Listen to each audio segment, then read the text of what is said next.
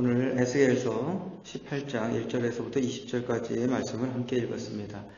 에스겔서 18장에서 하나님께서는 이스라엘 사람들 사이에서 회자되는 속담 하나를 들어서 하나님의 축복과 심판의 원리에 대해서 교훈하고 계십니다. 그 속담은 2절에 나와 있는 말씀인데, 아버지가 신 포도를 먹었으므로 그의 아들의 이가 시다라고 하는 그러한 속담입니다. 그런데 우리말보다는 영어 번역이 이해하기가 더 쉽고 또 더 정확합니다. The parents eat sour grapes and the children's teeth are set on edge 라고 이렇게 되어 있습니다. 이게 무슨 말이냐면, 부모가 신포도를 먹으면 자녀의 이가 모로 선다 라고 하는 뜻입니다. 단순히 이가 시리다라고 하는 말이 아니라 부모가 신포도를 먹으면 이 아이를 낳을 때 그 아이의 이가 좀 삐뚤빼뚤하게 그렇게 모로서서 나온다 하는 그런 의미가 더 정확합니다. 우리 조상들 사이에서도 임산부들이 금해야 될 것들에 관한 금기들이 많이 있죠. 예를 들면 들어보셨는지 모르겠지만, 임산부가 물고기 그 튀어나온 눈을 보면 눈이 튀어나온 아기가 나온다, 뭐 이런 얘기가 있습니다. 저희 친척들 중에서도 아이가 눈이 좀 튀어나온 애가 있거든요. 그런데 왜 애가 이렇게 눈이 튀어나왔냐 얘기하면서 그 엄마가 그 아기를 가졌을 때 그 생선찜을 하면서 열어봐서 그렇다, 뭐 이런 말도 안 되는 소리를 하고 그랬었습니다. 그런데 우리가 보통 속담을 딱 그 한 가지에 적용해서 말을 하지 않고 여러 가지 상황에 그 속담을 적용해서 이야기를 하죠. 마찬가지로 유대인들도 부모가 신포도를 먹으면 자녀의 이가 모로 선다 라고 하는 이 속담을 여러 가지 경우에 이렇게 적용을 해서 사용했던 것을 우리가 알 수 있습니다. 오늘 말씀 그 19절에도 보면, 그런데 너희는 이르기를 아들이 어찌 아버지의 죄를 담당하지 아니하겠느냐 라고 하는 이 말을 이 속담과 연결지어서 그들이 말을 했다라고 하는 것입니다. 다시 말해서 부모의 죄가 자녀에게 유전된다 라고 하는 생각을 그들이 가지고 있었던 것이죠. 그래서 요한복음 9장에 보면 예수님께서 안식일에 맹인을 고치신 사건이 나옵니다. 그 맹인을 고치신 것이 안식일이었기 때문에 유대인들이 그 고침을 받은 맹인을 불러다가 신문을 합니다. 어떻게 네가 눈을 뜨게 되었느냐, 누가 그랬느냐, 그 사람이 누구냐라고 그렇게 묻죠.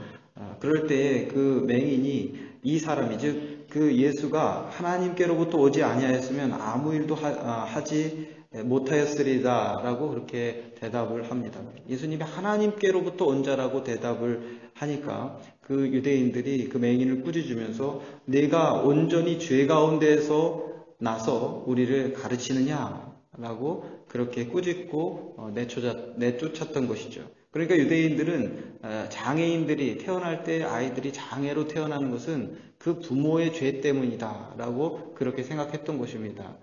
그래서 너는 죄 가운데 태어났고 우리는 그렇지 않다라고 지금 얘기하고 있는 것이죠. 그런데 예수님께서는 그렇게 말씀하지 않으셨습니다. 이 사람이 맹인으로 난 것이 누구의 죄로 인함이니까? 라고 묻는 그 제자들에게, 자기의 죄 때문에 이 사람이 지금 장애를 가지고 태어났습니까? 아니면 부모의 죄 때문에 장애를 가지고 태어났습니까? 라고 묻는 그 제자들에게 예수님은 이 사람이나 그 부모의 죄로 인한 것이 아니라 그에게서 하나님이 하시는 일을 나타내고자 하심이다 라고 그렇게 말씀해 주셨습니다.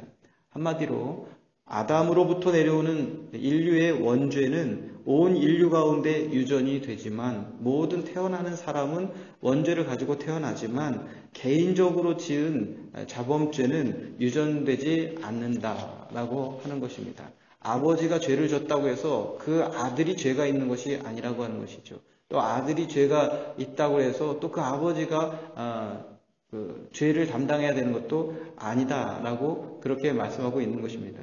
오늘 읽은 그 에스겔서 18장 전체의 말씀이 바로 그 말씀입니다. 간단한 말씀인데 하나님께서는 이것을 아주 자세하게 풀어서 그렇게 설명을 해주셨습니다.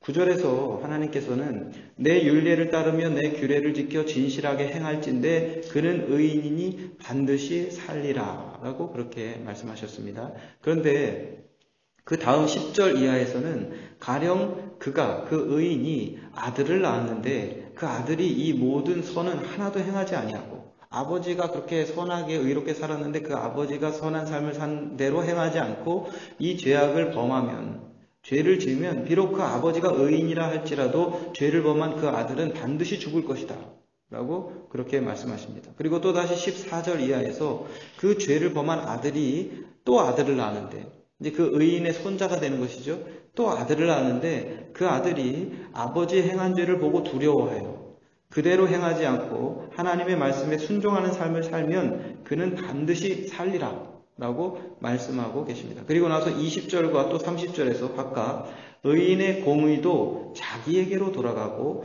악인의 악도 자기에게로 돌아가리라 라고 또 말씀하시고, 너희 각 사람이 행한 대로 심판할지라 라고 그렇게 결론을 내고 계십니다.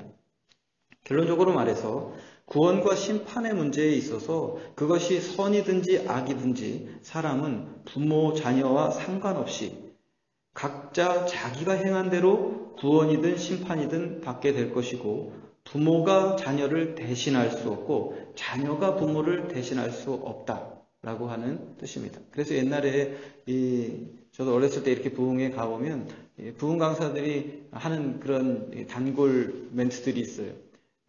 그 아내의 치맛자락 붙잡고 천국 갈 수 없다라고 하는 얘기. 한국의 여자들이 신앙생활을 열심히 하고 남자들은 신앙생활을 하지 않으면서 당신이나 교회 갔다 오라고, 집에서 한 사람만 잘 믿으면 되지 라고 그렇게 말하는 것은 전혀 성경적이지 않고, 천국 갈 때 결코 누구의 덕으로 천국 갈 수 없다라고 하는 것을 이 목사님들이 말씀해 주셨던 것이죠. 그러므로 우리는 내가 중보기도를 하니까 믿지 않는 내 가족이 복을 받겠지, 내가 중보기도를 하니까 저가 믿지 않아도 내 자녀가 복을 받겠지, 혹은 내가 기도하니까 내 부모가 믿지 않지만 천국에 가겠지 라고 생각하는 것은 잘못된 생각이고 성경적인 생각이 결코 아니라고 하는 것입니다. 중보기도는 그런 것이 아닙니다.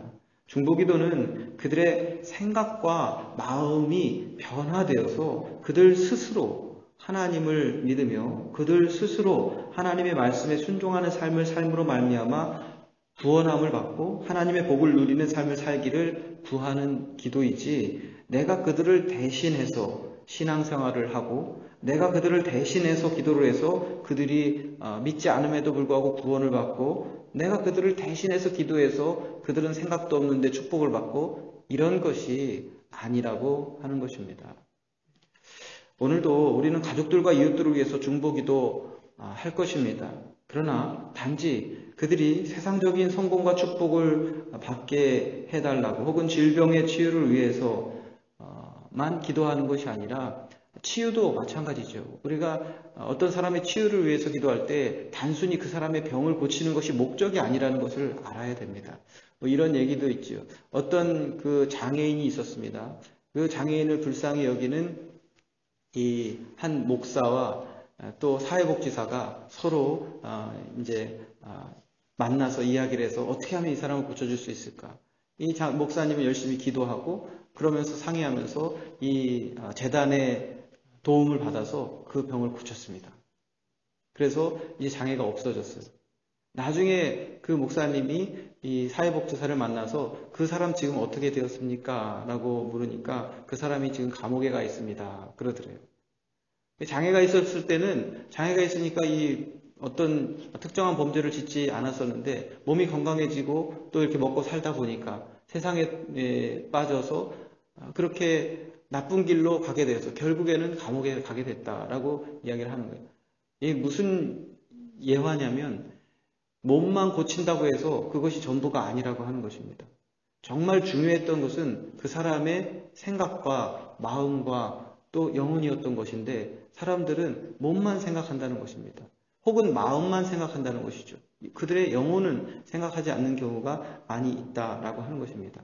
예수님께서 병든 사람들을 고쳐주셨을 때 단골 멘트가 무엇이냐면 내 믿음이 너를 구원하였노라 라고 하는 그러한 말씀입니다. 우리가 기도할 때에 아픈 사람들이 질병에 걸린 사람들이 마음의 상처를 입고 또 방황하는 사람들의 그 마음과 생각이 변화되기를 위해서 기도해야지, 그들의 생각과 마음은 전혀 변화되지 않았는데 몸만 나음을 입고 마음만 나음을 잊게 해달라고 기도하는 것은 원래 중보기도의 목적이 아니라는 것을 알아야 됩니다. 그래서 우리가 기도를 할 때 하나님께 그들 스스로 깨닫고 나와서 병도 고침을 받고 또 하나님의 축복을 받고 영원히 구원을 받을 수 있게 해달라고, 그런 목적과 취지로 중보기도로 나아가야 되는 것입니다. 오늘도 우리가 이제 가족들과 이웃들을 위해서 중보해서 기도할 텐데, 정말 우리가 기도하는 그 한 사람 한 사람이 그렇게 생각과 마음이 변화되어서 하나님의 축복을 받고 구원받는 성도들이 되기를 바라고, 또 우리가 기도할 때 그런 마음으로 기도하는 성도들이 다 되시기를 주님의 이름으로 축원합니다.